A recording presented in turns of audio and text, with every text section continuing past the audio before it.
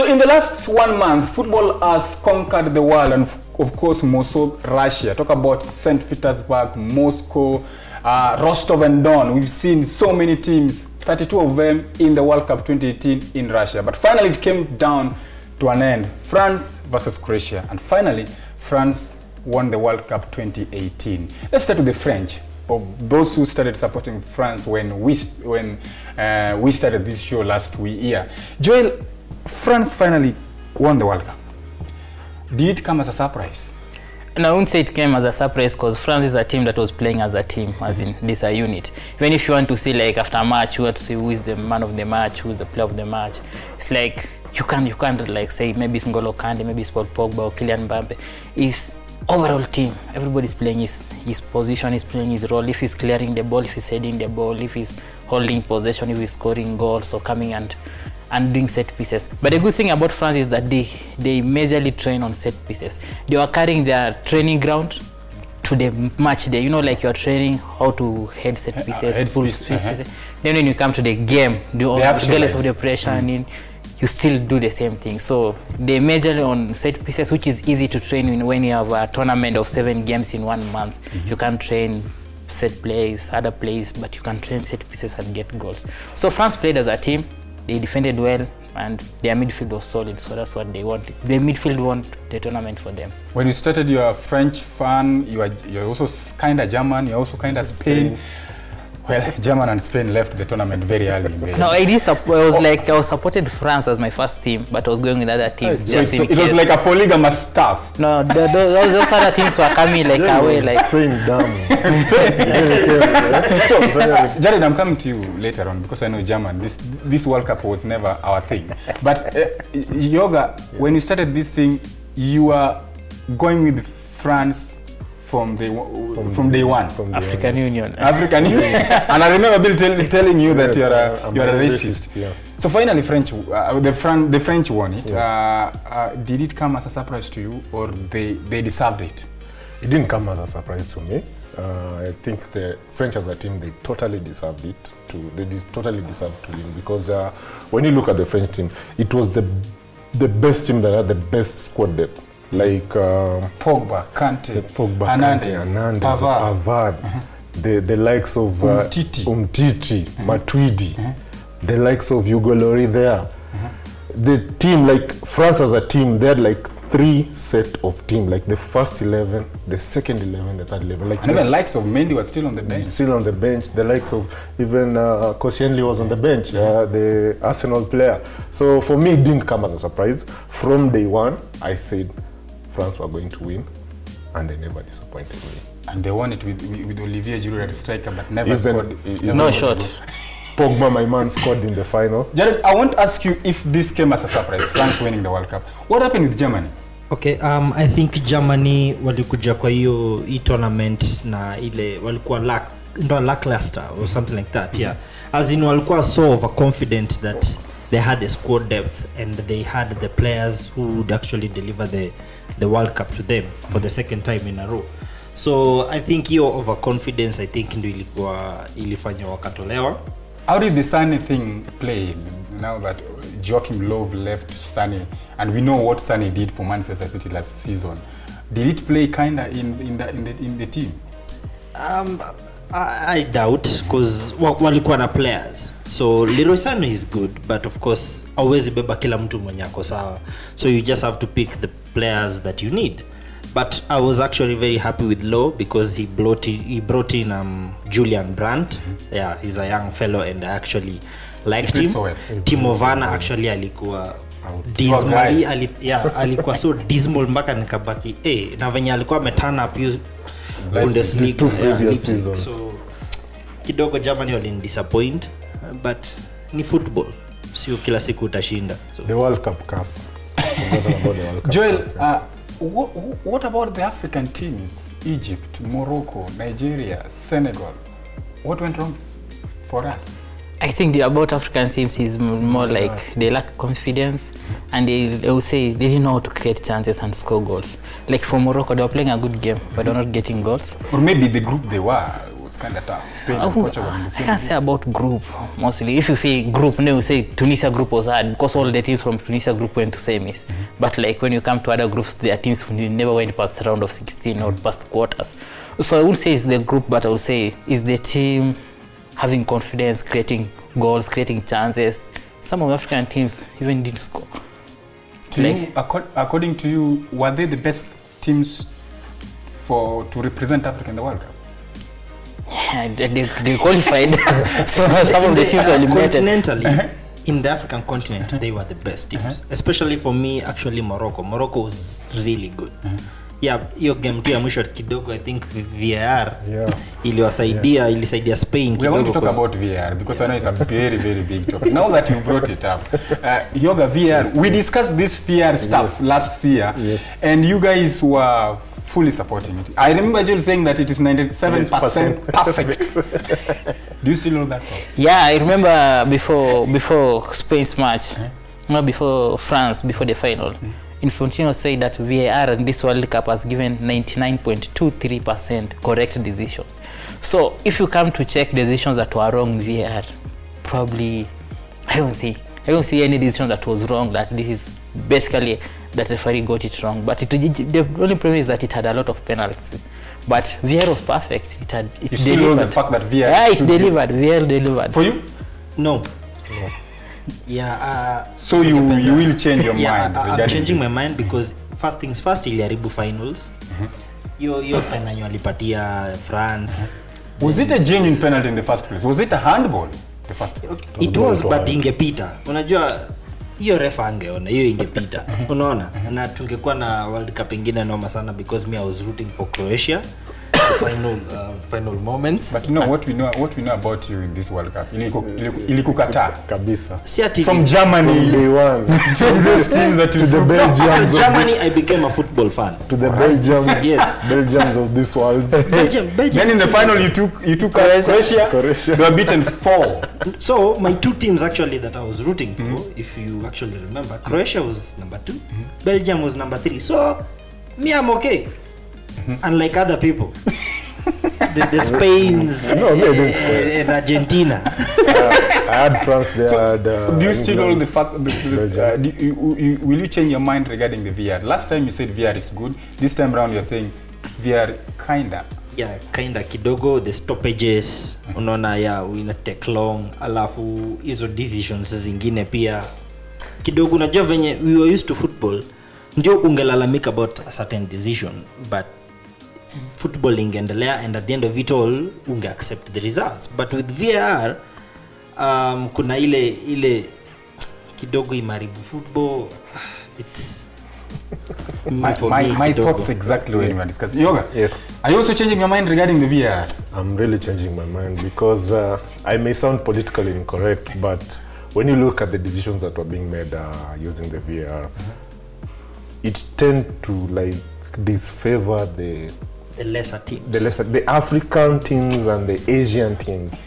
Like not to sound as like a conspiracy theorist, but after all the African teams were bundled out, you saw that the VAR was now being used less and less. Because maybe it was not required. Like you could see like there were some challenges that were being done there, but they were being ignored by the VAR.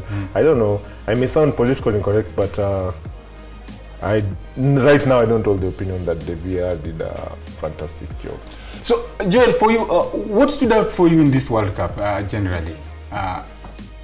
We saw likes of Modric taking this World Cup. We saw goalkeepers, Pickford, Subasic, Hugo Lloris making a blunder in the final. I don't know what I was thinking of. What stood out for you? I think the first thing that stood out in this World Cup, it had no favorite. Because when Germany, Brazil all went out and Spain went out, so it was it became very interesting. Yeah, open, anyone can win. Even England started believing, it's coming home. So that's one thing, no favorite, anyone can win. And the other thing is the rise of other teams like Croatia. It was a big race for them. Belgium coming up to semis or something that it had so many years. England coming to semis after they were in semis in Turin, that's 1990. So it had some surprise. More surprise than we expected. We expected like Brazil, Belgium to be in finals, but having like England, Sweden coming all that way, like Switzerland. So it had more surprise in it. Well, apart from that, there was the VAR thing. There was so many penalties compared to any other World Cup. There was so many on goals. Also on goals was something that creates some memories for some people. Then blunders from keepers. There were so many. The best keepers: De Gea, Neuer, Hugo. Repeat that. De Gea never performed. He was totally, completely out. And Lukaku, yes. So those are big blunders from big keepers. That's something we can't do our way. We have to put there in this World Cup. As well as there was the, like, let me say, the breakthrough of Peter Drury in this World Cup. He was not that famous, but after this World Cup, now everybody can speak about Peter Drury. Everybody can quote him. Russia. So for you, as a German, I know Germany leaving the World Cup might have stood for you, but give us your thoughts. My thoughts, first things first, Russia. Actually, I never expected them to actually reach the quarterfinal. Luka Modric, actually he deserved the Golden Ball. Yeah, he was my standout performer. When it comes to the French national team, Matuidi, that guy is a beast. So yeah, I actually loved the way he was marshalling the midfield. Another thing, Hugo Lloris, of course, hiyo blanda nyali make. I think he was too overconfident, and I wished wangekuwa ni, let's say, hiyo scoreline ingerudi kwa 3-2. Sasa hapo ndo tungwa na football venye nakuwa. Yeah, so then of course Croatia stood out for me. They were the more let me say complete team, because kila mtu alikuwa anacheza position yake and walikuwa na carry your belief. So let us, unaona, they push for it against Russia, unaona waka equalize last minute, and they proceeded. So for me, my most standout team is Croatia. I want to put, I don't know, it will take time, but I want to put all of you on the spot to give me your best 11. But Yoga, before then, what stood out for you? For me, what stood out for me was the rise of goalkeepers and defensive midfielders. Like, there are some keepers that you never thought they would turn up. Like the keepers who we thought were the best never performed. The likes of Neuer, the likes of De Gea, they never performed. But there were a rise of keepers like the Russian goalkeeper Akinfeev. There was Subasic. Even Schmeichel played completely good football. There was Hugo Lloris, apart from the blunder that he did, but he was totally good. There are also Steven Couture did so well against Brazil, I think. Yeah, he also did well. For him, those are the best goalkeepers that we thought would have turned up. He was one of them who turned up. Then there are N'Golo Kante. Why didn't he win the Golden Ball then? I don't know what happened.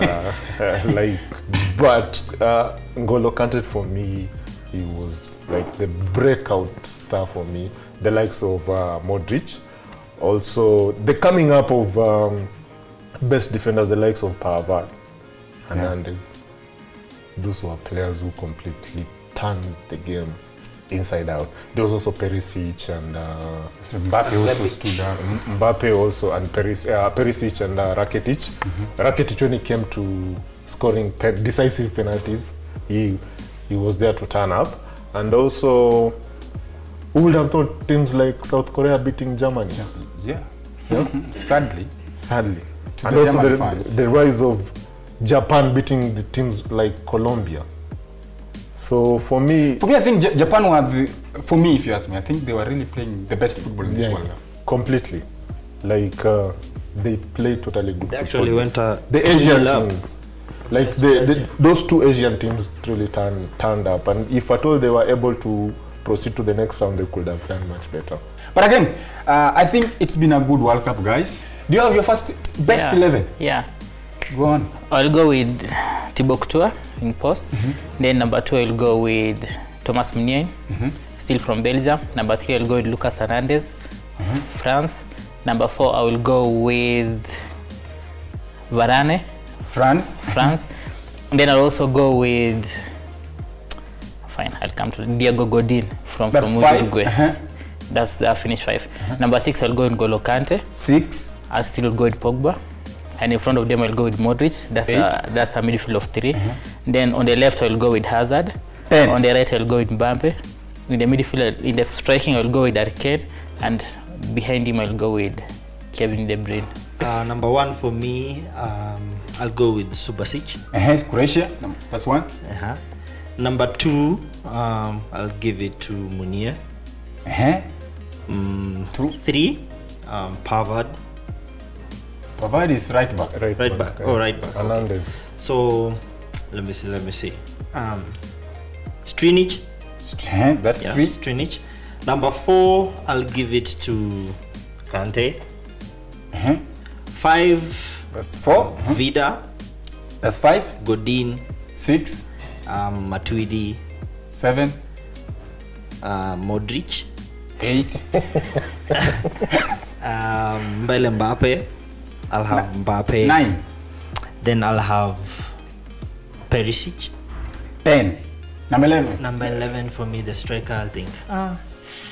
You can't leave the top scorer in the World Cup out. Harry Kane? Yes. Hell no.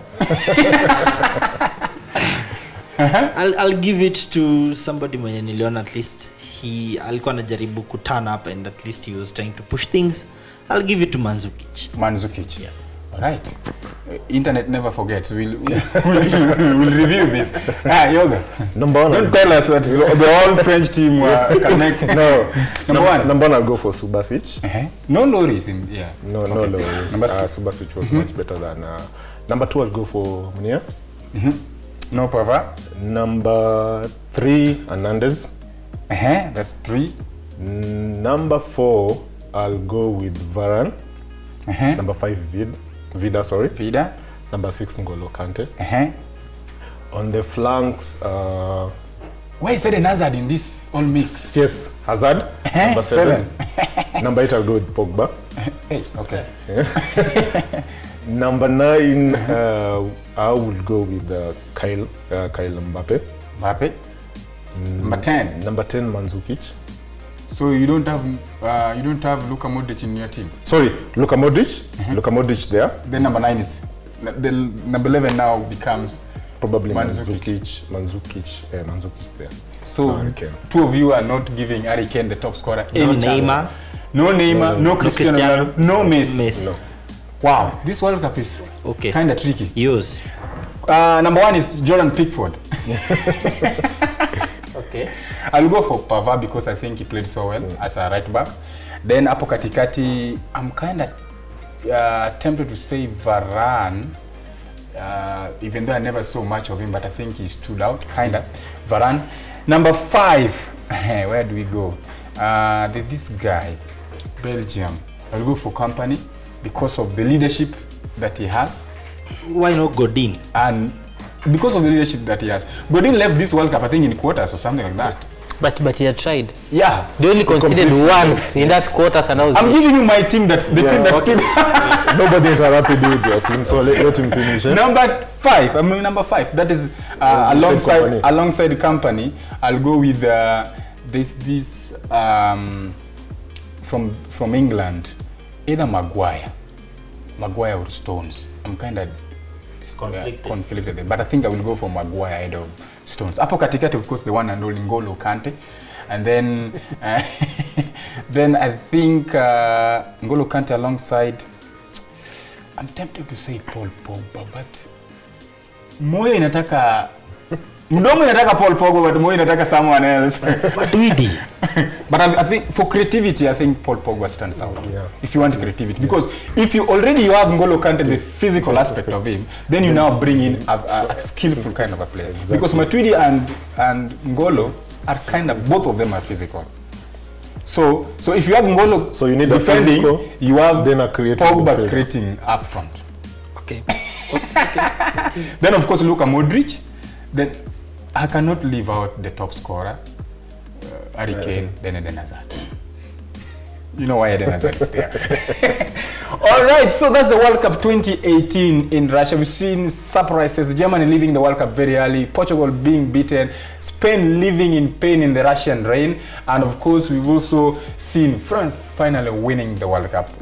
We have to wait until 2022 if God grants us life then we'll see in Qatar, which is gonna be between November and December.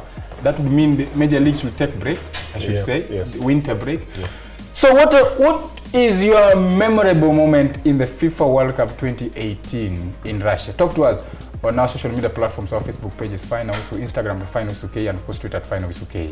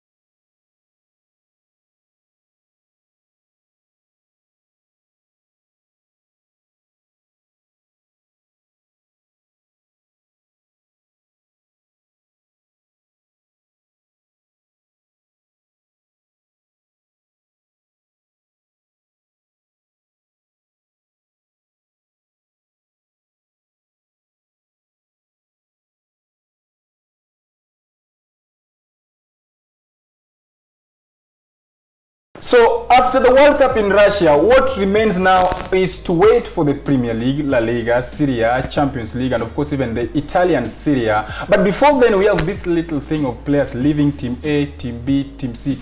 Talk about Chelsea, Arsenal, Manchester United, Manchester City, and even Real Madrid, Juventus. But let's now start with the biggest transfer that has just happened this week. We have Cristiano Ronaldo leaving Real Madrid to the old lady of Italian football, Juventus.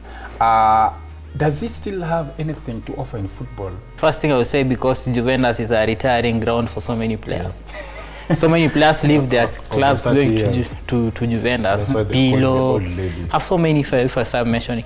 So him going there still has something to offer. Cristiano, you cannot rule Cristiano out anytime. We have tried so many times and you've regretted. So, but the price 105 is quite a high amount of fee to pay for somebody who is 33 years old. Is he going to improve Juve? I don't think the only thing Juve can improve is winning Champions League, because they've won Serie A for quite a long time. They won the Italian Cup for a very long time. So the only thing is winning Champions League. Right. Cristiano only going to Juventus cannot win Champions League. You know, Champions League is unpredictable. So I wouldn't say he's going to improve Juventus. He's just going there to win Serie A, at least to have EPL, La Liga, and Serie A in his account. So that's why he's going there. Cristiano used to play for Manchester United, I think, a decade ago. Yes. Him leaving Real Madrid for Juventus, does he have anything to offer for Juve? I think, personally, the whole move surrounding Cristiano to Juventus was more of a challenge to him as an individual. He just needed a new change. Because meaning that now, this current campaign that we're about to start, I doubt that Real Madrid will turn up for this Champions League again. I think that's just over and done with. Second of all, I think he did that because he wanted new, fresh talent to rise up the ranks in Real Madrid. And also for, like Jola said also, Juventus is usually a retiring ground for a lot of players. But then again, it's also a place to prove to other people that him going to another team, it's more of him coming out or turning out as an individual, continuing his excellence and brilliance on the pitch. Yes. Yoga, I'm not going to ask you about Cristiano because let's talk about, let's leave Italy, come back to England. Arsenal have been so busy. Ben Leno, Socrates Papastatholos, I don't know, that name is kind of tricky. And then Unai Emery has also come in. And is it now the time we could say Arsenal can be a serious contender instead of a serious joker? For me, I like the latter. I like the latter. As for me, yes, they have done signings, but those signings are not for me. Apart from Torreira, the other ones, I can't be able to vouch for them. So for me, I still think Arsenal has a long way to go in terms of by the time Wenger left, he was almost bringing the club to ground. So him leaving and Unai coming through, it will take time for them to rebuild. For Arsenal, I tip individual players to turn up. Somebody like Aubameyang, people should look out for him. He's a big contender for the golden boot. So by the time Unai brings the team together, the gelling, the team chemistry and everything, and you know Arsenal, and during the November period, so you know Arsenal starts like this, goes like this. So we will see. November is not far. So for me, I don't expect Arsenal to turn up. Arsenal and Manchester United have been rivals for a long time. Do you think they can mount serious rivalry against Manchester United with the kind of signings we've seen, Ben Leno, Lichtsteiner, and the rest? I don't think Arsenal will be a serious contender at this moment, because this is Premier League. You're a new manager, you come to a new league, you don't know how people will defend against you, how people will attack against you. So for Arsenal, their main challenge now is to get to top 4. And still with Liverpool, the signings that Liverpool is doing, it's also going to cost Shaqiri, Alisson, Fabiano, there's Naby Keita. So Liverpool is going to mount a major challenge next season. then followed by, of course, Tottenham will still be there. Tottenham is still there, is not selling any other player. Of course, Chelsea will always be here. Yeah, but for Chelsea, now let me talk. If Hazard goes, it will be tricky. Let me talk about Chelsea. You know, for Chelsea, one thing I would say, you bring Chelsea for the last almost 10 years. They've been having defensive managers. All the managers that are playing in Chelsea, they are playing ugly football, all about defending and winning. Now you are playing a manager is coming in. This is an attacking manager, attractive football, interesting football, exciting football. This is not something that Chelsea are used to. They are no personnel to play attracting, interesting football. N'Golo Kante can't play that football. Bakayoko can't do anything. Same N'Golo Kante that won the World Cup the other day. But France was not playing attractive football. France was sitting back. So bringing Sarri to Chelsea, I'm very sure Sarri will not reach January. He will be among the first top managers to be sacked. If you come with attracting football in Chelsea, you go nowhere. Let's hear from Jonah always asks this soft spot on Chelsea. Can you be positive on Chelsea a bit? I think you're right there. I take the opposite side from John. I actually think that Chelsea is actually going to excel. For the first time, we are about to see some fun football since the likes of Ancelotti. We're going to that see. Is 2010 when he won the and he's actually among Ancelotti is again one of the third most successive coaches in the Premier League to date. We're talking about Chelsea also. Do you think Sarri can do something good for us in terms of winning the FA Cup, Premier League? If he gets the signings that he wants, yes, he will. Already has brought in Jorginho. We are waiting for Rugani from Juventus as well. I mean, so we can come back to the top four. And then there's Higuain from Napoli. All you need to take Alisson, I don't know. Just replace your main striker. Place Higuain there. We're going to see a fantastic Morata. Remove Morata from that lineup. Another team people should really watch out for, and I actually think it's going to be a giant killer, is West Ham. West Ham really brought in new players. They've brought in new players. They are very serious in the transfer. And they have a very experienced manager in the name of Pellegrini. Yes. The other day they just completed a signing of Felipe Anderson from Lazio at around a record fee of £47 million. So believe you me, the wings are going to win it for West Ham. Leaving aside Toure is also there. Yeah, Toure is also there. Leaving aside their strong midfield there. Manuel Lanzini is just coming in from knee injury, so he's going to come back. I'm waiting to see West Ham. I'm actually anticipating for this new league to begin. Maybe you might shift your support from Manchester United to. No, not anytime soon. One thing I want to add is when a team purchases more than 4 players and all of them come to the first team, there's always a major mistake. Because all these players team chemistry. They can't gel, they can't do anything. I remember there's a certain time Liverpool bought like 8 or 9 players from these normal teams. Stoke, and even Newcastle last season had so many players. And even Everton. You know, when you buy a lot of players and you put them in one team and like you have like 3 or 4 weeks before season starts and players still are recovering from World Cup, it's going to be a disaster. If Chelsea will buy like about 5 players, bring them all to first team, it's also be a major disaster compared to the other disaster which I said. But you know, now you also remember that the coach who's actually leading them, the coach is actually the one determining factors for the reason as to why West Ham are actually purchasing all these players. Since Pellegrini has had a taste of the Premier League, he has had success in the Premier League. He went into Manchester City, he requested for the players were given to him as per his list. And they won the league. So I don't tip West Ham to actually win the league per se, but I see them maybe having a better position. Yeah. Guys, I know transfer is the Premier League transfer in Aisha around 9th August. That is. So that means from then no player would come out of other leagues to English Premier League, but can happen the other way around. That means we still have time to discuss transfers. So many transfers will happen. Teams, players will leave. Couture might leave Chelsea. Hazard might leave Chelsea. So, but Manchester. Apparently, I'm working with Manchester United fans today.